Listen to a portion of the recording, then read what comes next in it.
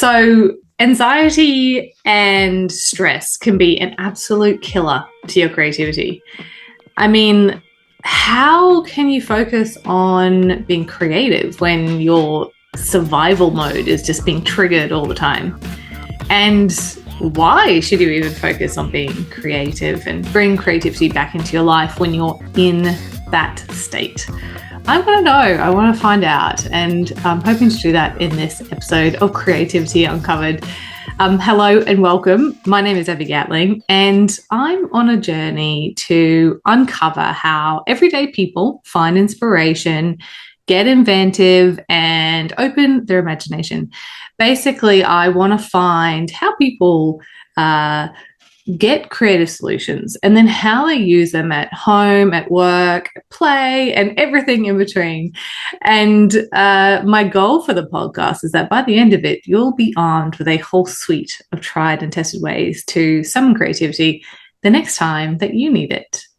And today, I'm very excited to be speaking with holistic art therapist, Lisa Cooke. Welcome. Hello. Thanks for having me, Abby. Yes, I'm excited, and also very excited to speak to someone from within the state. You're just down in the Goldie. I'm at Sunshine Coast. It's beautiful, great. Yeah. Don't often have Australian accents on this podcast, so it's great. I'm glad to contribute my beautiful accent to the podcast. Bloody eyes, yeah. Man. Yeah, well, I'm excited for our chat because I've sort of heard a little bit about holistic art therapy, but I'm not entirely sure of the whole realm of what it covers and why people are engaging with it. So you're the founder of Seven Breaths Art Therapy at the Gold Coast.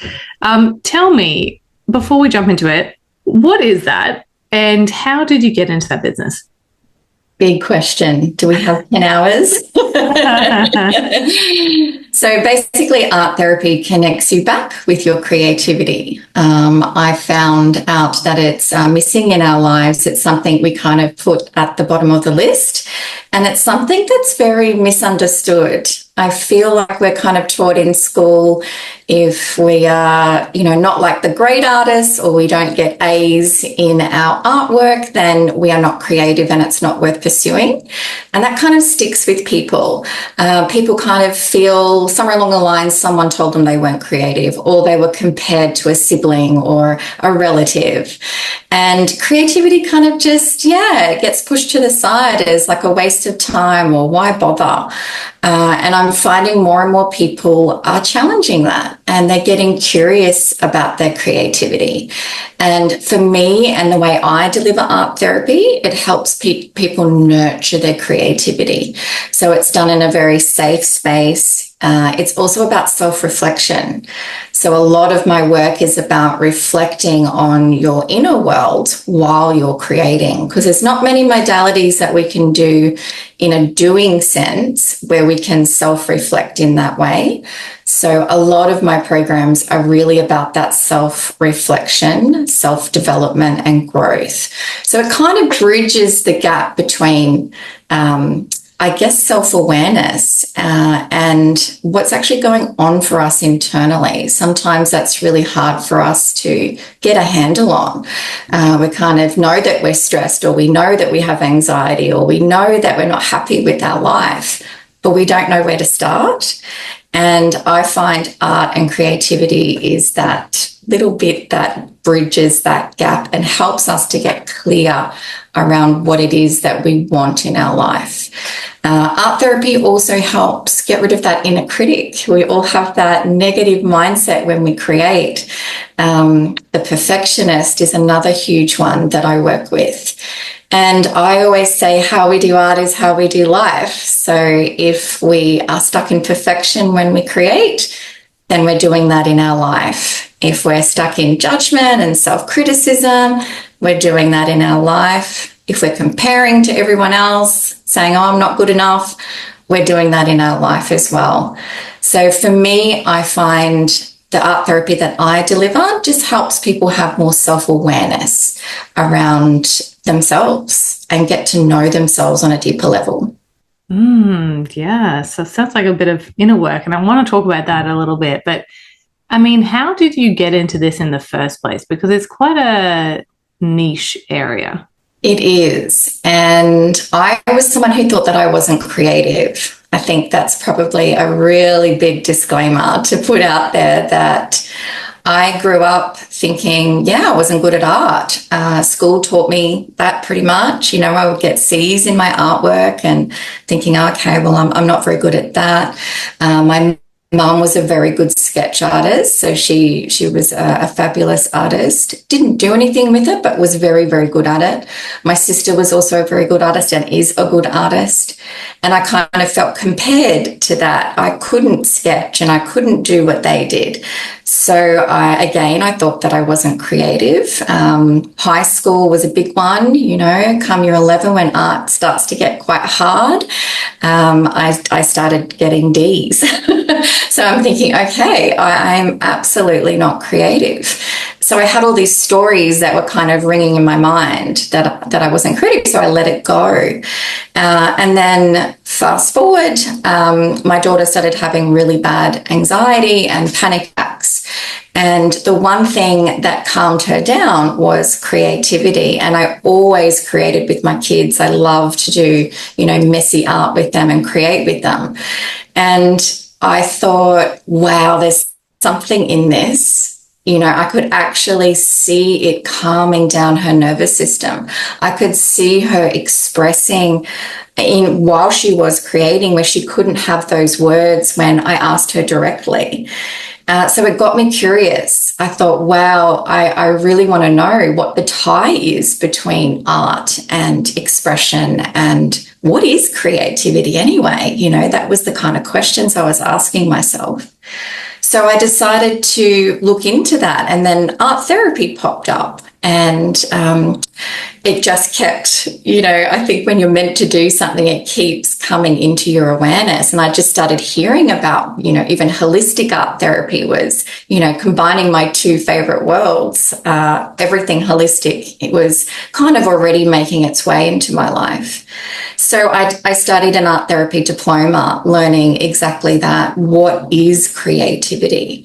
And basically started this massive healing journey on healing my creativity and nurturing it and healing parts of myself that I couldn't have uncovered without that creativity process. So I started to create every day to do this diploma. You're your first client. And so I was going through all the motions of creating. And at the beginning, I was very nervous. A paintbrush scared me like you wouldn't believe.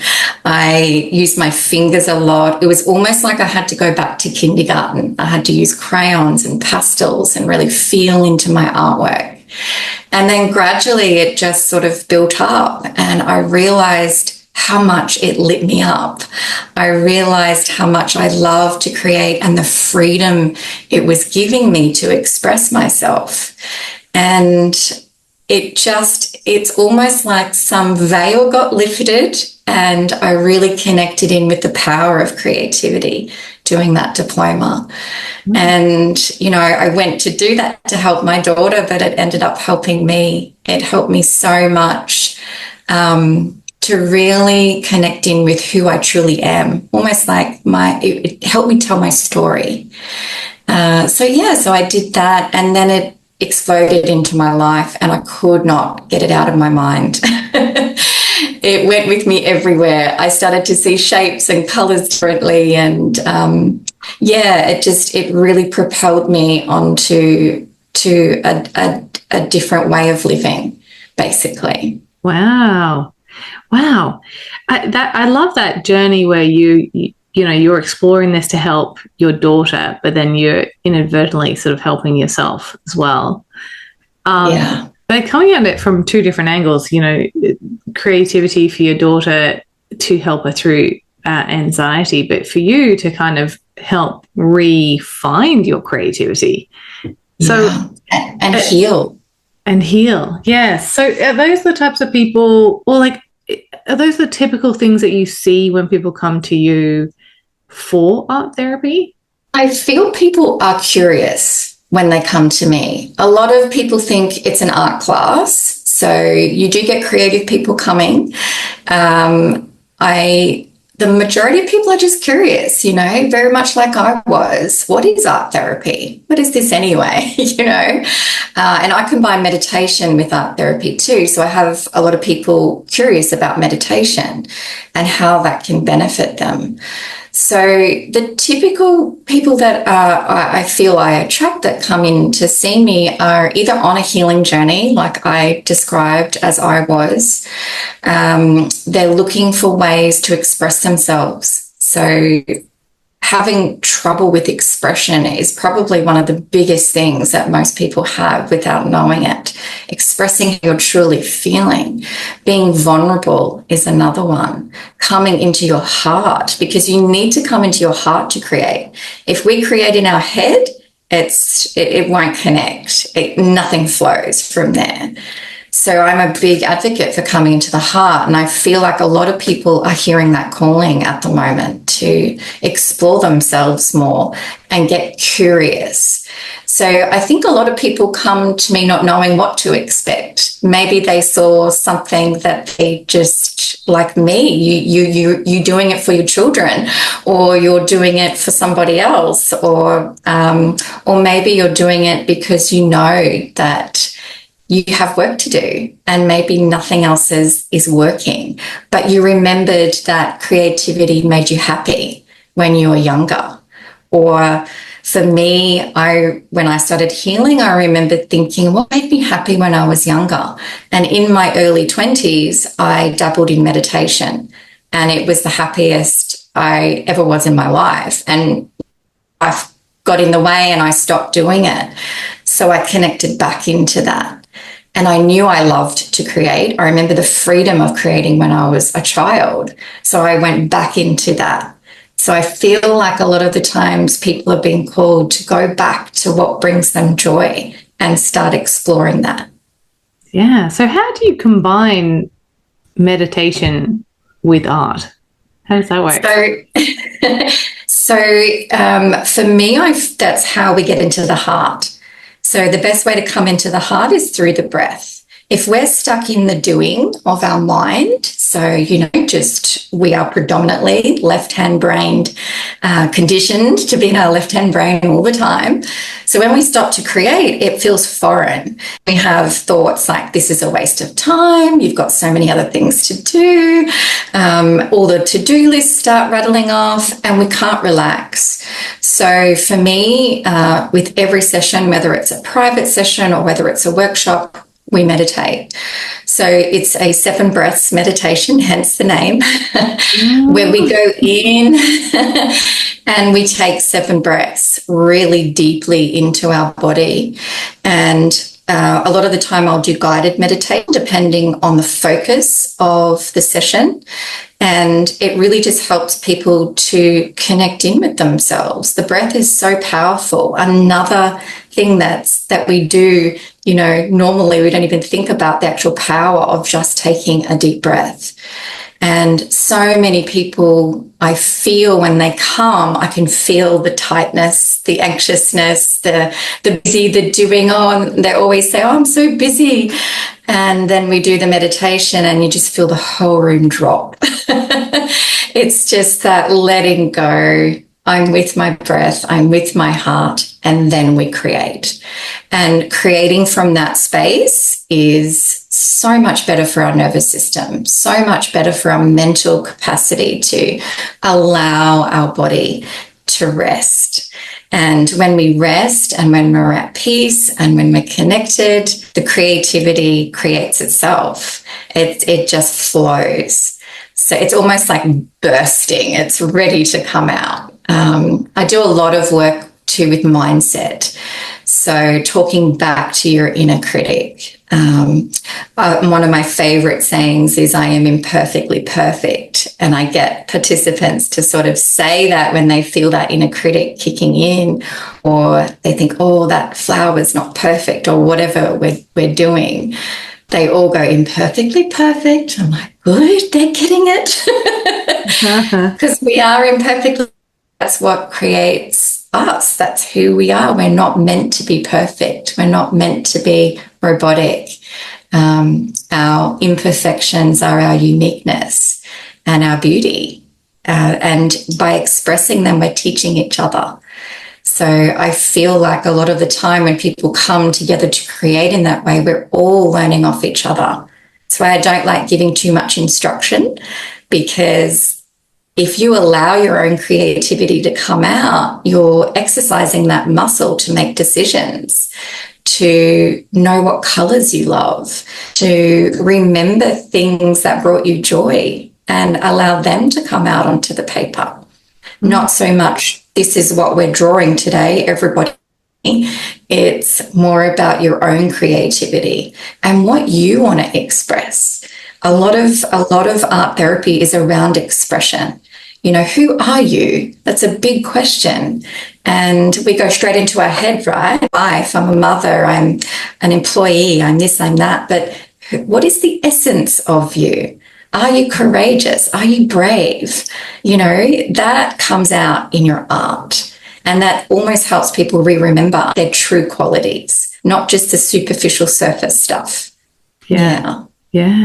So you mentioned a few times that it's sort of going back to what brings you joy and, you know, what brought you joy as a child.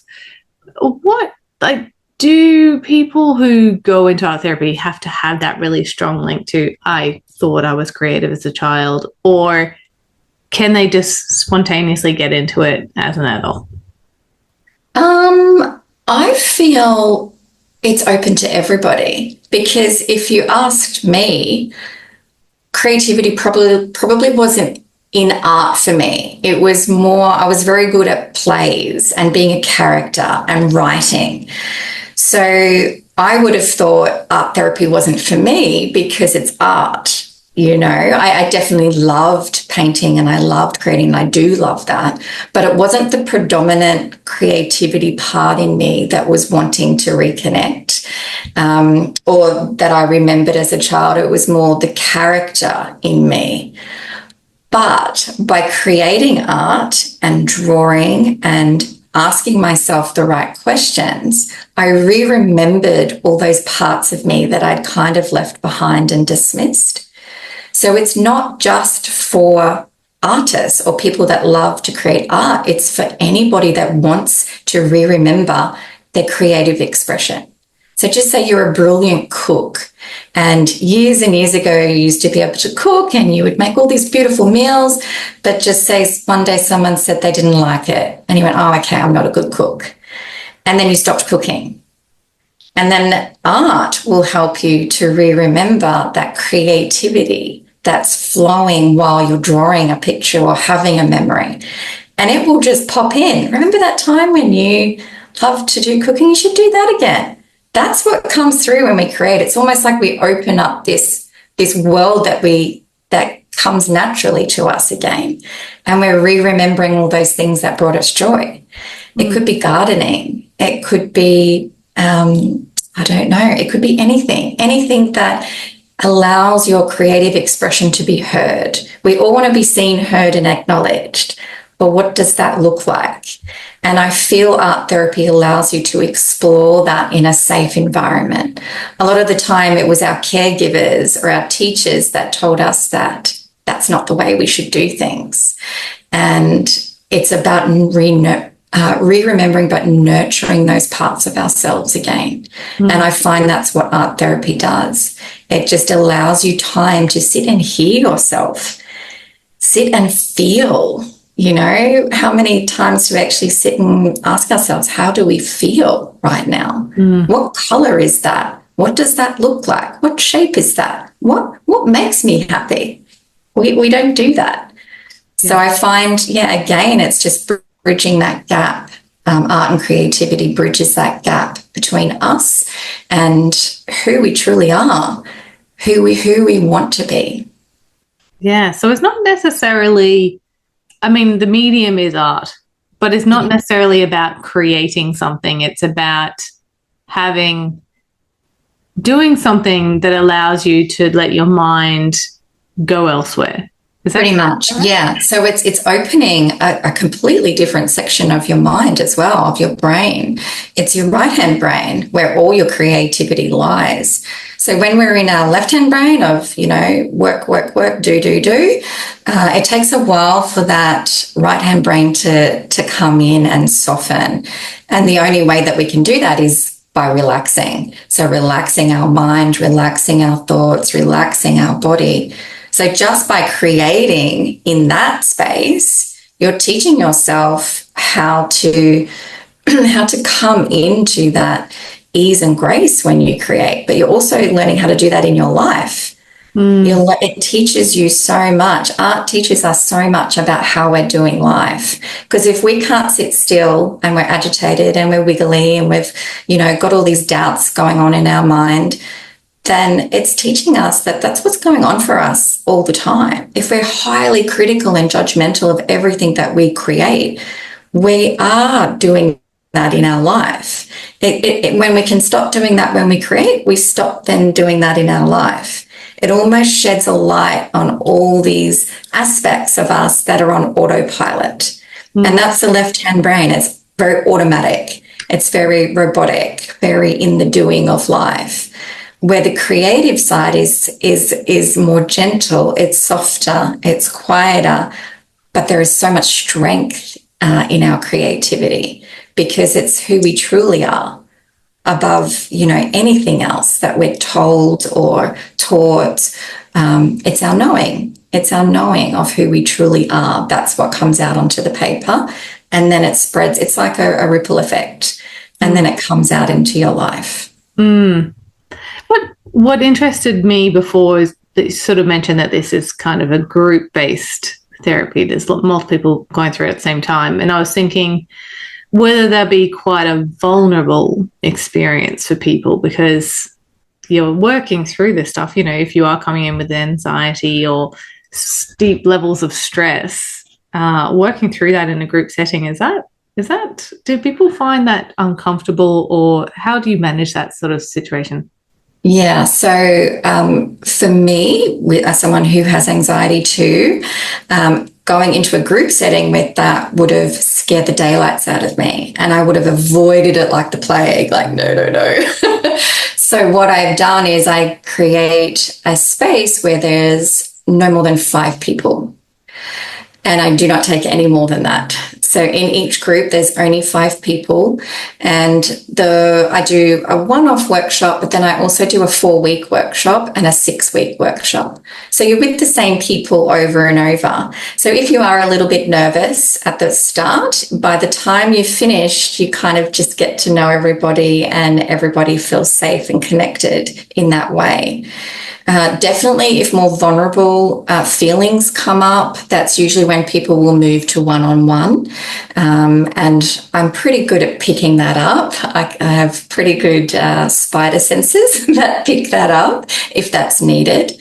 But I've never had anybody ever feel overwhelmed or not safe enough in that group setting. I feel like it's providing us time to come back as community. It's providing us time to hear each other speak and hold space for each other. There's so much wisdom in shared vulnerability. Again, it's nothing to be ashamed of. It's something that should be shared and spoken about.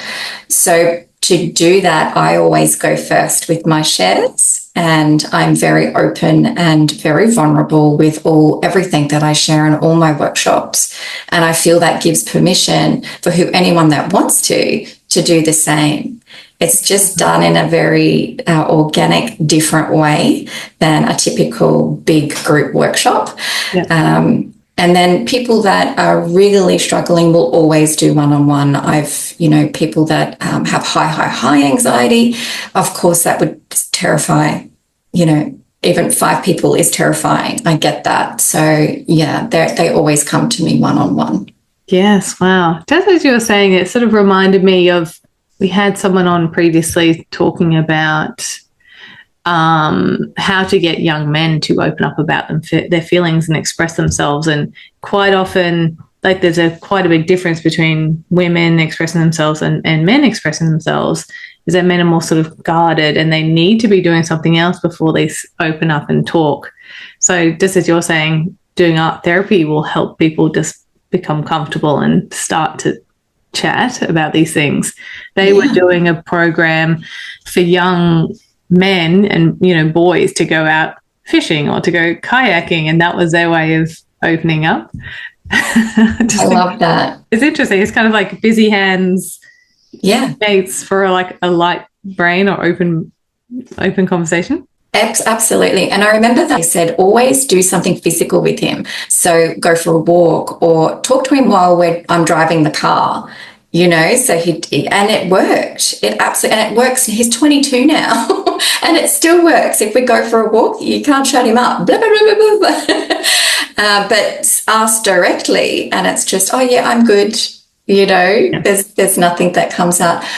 But in saying that, another huge thing that I teach is that for our men to come out and feel safe with expressing their feelings and their emotions, the women have to go first. I find that we're living in a world where the women aren't doing that. They're not expressing their feelings. They're not speaking up when they should be.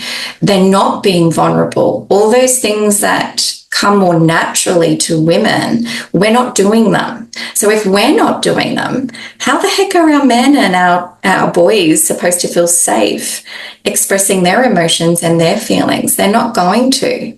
So I always say that we have to go first. We have to go first for our men. If we can be vulnerable and we can share in an authentic, real space, our men are going to see that. Our boys are going to see that and they're going to go, oh, okay, well, I can do that too.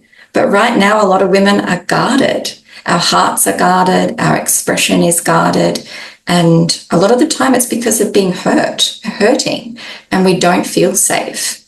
So it is about that expression, getting it out. It's like we're all on, you know, pressure cookers. And I find that art and creativity is 100% the best way to start expressing. Nobody knows what your painting means except for you. There's no words attached to it. Or if there is, you know, you can put the words underneath and create over the top. I love doing mandalas for that. You know, mandalas just using shapes and patterns. Nobody knows what that means except for you. And you could be expressing anything. You could be expressing really vulnerable memories on paper, but nobody knows that story by looking at that mandala, but you know that story. And it just feels good to put it somewhere. And then, you know, you build up the courage to then talk about that mandala. You're talking about the mandala and you're allowing yourself to be expressed. And I find that's what happens in these workshops. People will start talking about things they don't normally talk about because they've almost taken the edge off by putting it somewhere. You know, it's on the paper. Now I can talk about it. And I've had men join my workshops, not very many, but the ones that have absolutely blown me away with how articulate and expressive they are. And every time I still sit there and think, yeah, it's coming. I feel like men are ready for this too. They're ready to be expressed. And nearly all of them remember things that brought them joy. Wow. That's cool. Do people quite often revisit their artwork afterwards? Well, do you mean when they go home or... either when they go home or in subsequent sessions. Do you ever go back and go, what were you feeling then? Are you feeling that now? Or do we need to continue this or start afresh? A lot of the time, no, we never really go back and revisit the actual artwork, but we'll go back and revisit the sessions. So I will always do a recap of each session and then find out what level of growth that they've had, really, because it's all about growth. When we grow through whatever we've gone through, then it's no longer an issue for us, right? But if it keeps repeating or we have continuous stories repeating, then we've just got a little bit more work to do. And when we've been a certain way for so long, we can't expect in, an hour that it's all going to disappear and we're going to be fine now. It's a process, and it's just like any healing process. It takes time, but we have to choose that. We are responsible for our own healing. Nobody else is. So for me, I find I can pretty much tune into what's still on repeat and what still needs a bit more work. So we don't actually revisit, but we will definitely continue to express. So I do that by asking really important questions that we don't normally ask ourselves, and then get people to express about that. And I find that that is also another thing we don't do. We don't ask ourselves questions. We don't ask ourselves, what makes me happy? What brings me joy? What do I want in my life? How do I want to feel when I wake up? We don't do that. We just think, oh, I've got to do more to have more to be more. And it stops there. Or, I have a job, I make money, I buy a house, a car, and I go on holiday, and that's it. In between all that, we don't ask, are you happy? It's those quality questions that we need to ask ourselves to allow ourselves to be heard, to self-inquire, to get curious about us. I definitely think there's more of a focus on that recently. When I say recently, I mean post 2020 and everything that happened then. Yeah. People are starting to realize like this treadmill of life is not actually amazing. Why are we working so hard? Why are we spending so much time in the office? Why are we doing all these things that don't necessarily bring us joy? Yeah. And I guess... And where do those beliefs come from? Yeah. Where did they start? What pressure do we put on ourselves? There's that too. There's so much pressure that everyone puts on themselves. Or there's limiting beliefs. There's self-doubt. I'm not enough. I am not worthy.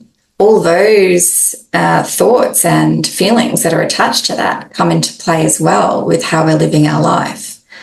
And monitoring our thoughts is a huge one.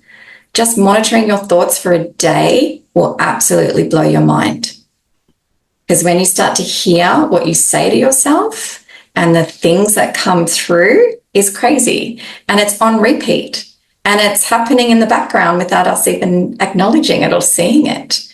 It all comes down to our beliefs and what we're being taught, and whether we're going to change that or not, whether we're going to challenge that or not.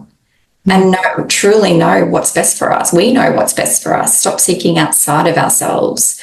And I feel that's what art and creativity does, because it's coming from you.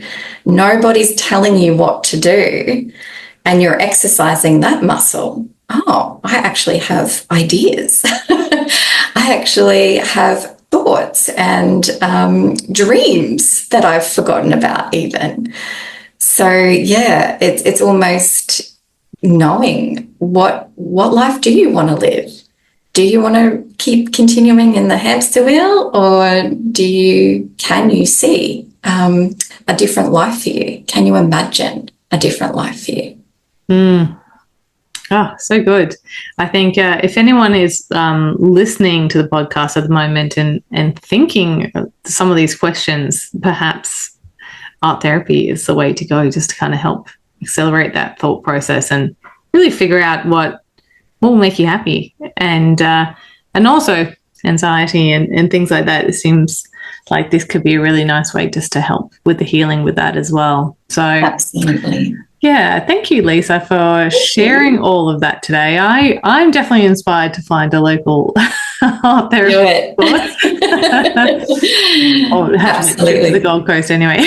Yeah, come see me. I'd love to have you. Yeah, and if anyone is interested, well, I'll pop all Lisa's details in the show notes, so you can check her out and see if you can get involved as well. So thank you for joining me, and thank you for everyone who has tuned into this episode of Creativity Uncovered. If you enjoyed this episode, please do give us a like or share it with a friend. I think it's a really important topic to talk about today. And if this episode has inspired you in any way, I'd love to hear from you. Please get in touch, let me know. And until next time, take care.